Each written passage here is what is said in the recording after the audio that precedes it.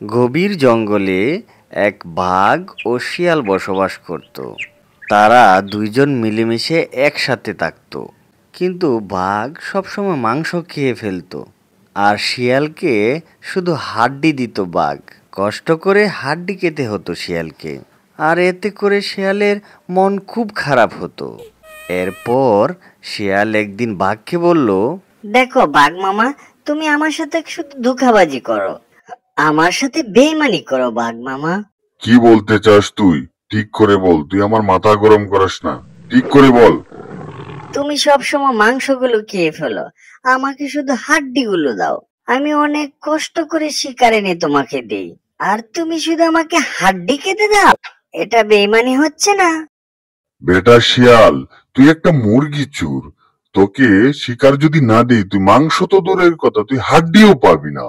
আমি যদি তোমাকে শিকারের সন্ধান না দেই, না খেয়ে মরবে, বুঝলে বাঘ মামা?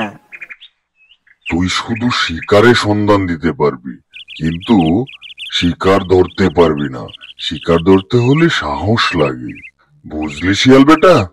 বাঘের কথা শুনে মন খারাপ করে সেখান থেকে চলে গেল শিয়াল। যেতে যেতে পথে একটি ঘাস দেখতে পেল, আর সেখানে বসে বিশ্রাম নিতে থাকলো। আমি আশেপাশে মুরগির গন্ধ পাচ্ছি, মনে হচ্ছে শিকারটা এখনই পেয়ে যাব। কি যে মজা হবে, আমি একা একা খাবো। আজ মুরগি খাবো। বোকা বাঘ বলে কিনা আমি নাকি শিকার ধরতে পারি না।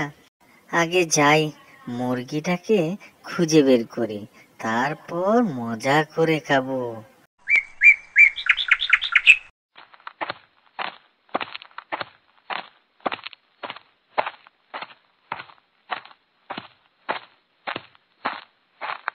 কি হলো হাঁস বন্ধু আমার, তুমি চুপচাপ দাঁড়িয়ে আছো কেন বন্ধু?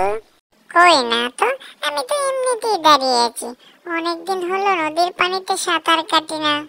অবশ্য তুমি ঠিক বলেছ, অনেকদিন হলো আমরা দুই বন্ধু ঘুরতে বের হইনি। আমার খুব ঘুরতে ইচ্ছে করছে, চলো ঘুরতে যাই। তাহলে চলো ঘুরে আসি বন্ধু আমার। তারপর তারা দুজন ঘুরতে বের হলো। কিছু দূর যেতেই শিয়ালের সামনে পড়ে গেল। আরে বাহ, আমি যাকে খুঁজে বেড়াচ্ছিলাম সে তো আমার সামনে, আর শুধু একা নয়, হাঁসও সাথে আছে।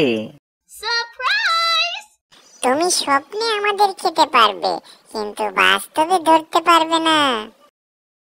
কি বললে তুই? আজকে তোদের দুজনকেই খাবো। আমার হাত থেকে কেউ তোদের রক্ষা করতে পারবে না। অনেক মজা করে খাবো। হা হা হা হা হা হা হা হা হা হা। সেই সুযোগ পাবে না শিয়াল মামা। হাঁস বন্ধু, তুমি আমার পিঠে উঠে বসো। শিয়াল যখন মুরগিকে ধরতে গেল, তখন হাঁস মুরগির পিঠে উঠে গাছের ডালে বসে পড়ল। কি, শিয়াল আমাদের খাবে না? বেটা শিয়াল, সাহস থাকলে আমাদের খা। তোরা তো দেখছি আসলেই বজ্জাত, আর এভাবে তোরা কতদিন পালাবি? আমি তো তোদের পিছু ছাড়বো না, আমি কাল আবার আসবো। এই বলে শিয়াল ওখান থেকে চলে গেল। তারপর মুরগি হাঁসকে নিয়ে গাছ থেকে নিচে নামলো।